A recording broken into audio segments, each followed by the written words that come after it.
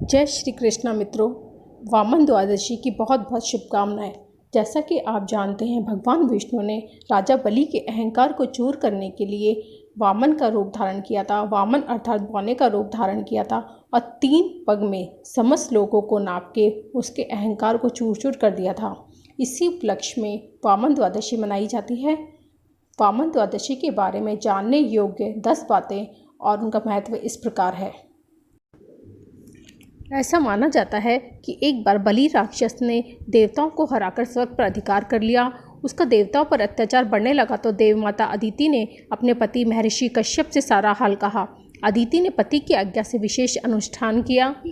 श्रीमद्भागवत पुराण के अनुसार सतयुग में चैत्र शुक्ल की द्वादशी को स्वर्ण नक्षत्र में अभिजीत मुहूर्त में ऋषि कश्यप और देवी अदिति के भगवान वामन का अवतार हुआ था। ऋषि कश्यप उनका उपनयन संस्कार करके उन्हें बटुक ब्राह्मण बनाते हैं। महर्षि पुलह वामन को यज्ञोपवीत, अगस्त्य, मगचम, परिषि, पलाश, दंड, अंगिरस वस्त्र, सूर्य छत्र, भृगु खड़ाऊ, बृहस्पति कमंडल, अदिति कोपिन, सरस्वती रुद्राक्ष और कुबेर भिक्षा पात्र भेंट करते हैं। वामन अवतार पिता से आज्ञा लेकर राजा बलि के पास दान मांगने के लिए जाते हैं। वह राजा बलि से 3 पग धरती मांग लेते हैं। ब्राह्मण समझकर राजा बलि दान दे देते हैं। शुक्राचार्य इसके लिए बलि को सतर्क भी करते हैं, लेकिन तब बलि इस पर ध्यान नहीं देता। फिर वामन भगवान विराट रूप धारण करके 2 पग में त्रिलोक के नाप देते हैं। तब पूछते हैं, राजन, अब मैं अपने तीसरे पग को कहाँ रखूँ? राजा बलि कहते हैं, भगवान, अब मेरा सिर ही बचा है, आप इस पर रख दीजिए। राजा की इस बात से वामन भगवान प्रसन्न हो जाते हैं और बलि की दानवीरता से प्रसन्न होकर भगवान ने उसे चिरंजीवी रहने का वरदान देकर पातालोक का स्वामी बना दिया और सभी देवताओं का स्वर्ग वापस कर दिया। देवमाता अदिति की कोख से भाद्रपद शुक्ल द्वादशी को वामन अवतार होने से इसे वामन द्वादशी कहा जाता है। वामन अवतार की पूजा विधि। भगवान वामन की स्वर्ण मूर्ति के समक्ष 52 पेड़े 52 दक्षिणा रखकर पूजा करते हैं। भगवान वामन को भोग लगाकर सकोरों में दही, चावल, चीनी, शरबत और दक्षिणा ब्राह्मण को दान करके व्रत का पारण करते हैं।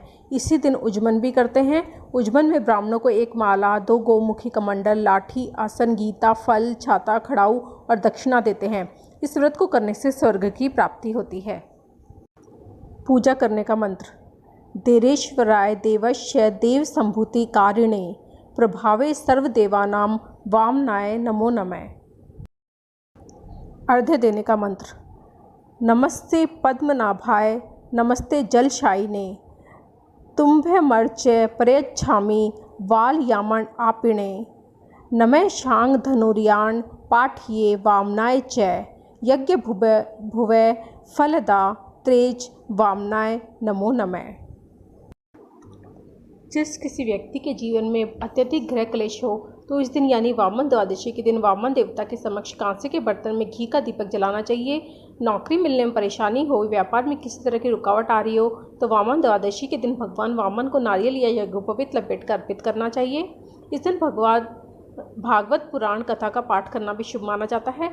इस दिन भगवान वामदेव की पंचोपचार या षोडशोपचार पूजा करने के बाद चावल, दही इत्यादि वस्तुओं का यथाशक्ति अनुसार दान करना भी बेहद ही शुभ माना जाता है। इस दिन भगवान वामन देव की पंचोपचार या षडोपचार पूजा करने के बाद चावल, दही आदि वस्तुओं को यथाशक्ति अनुसार दान कर देना चाहिए और भगवान वामन की मूर्ति या चित्र की विधिवत पूजा करें। अगर वामन भगवान की मूर्ति है तो दक्षिणावर्ती शंख में गाय का दूध लेकर इस प्रतिमा का अभिषेक करें।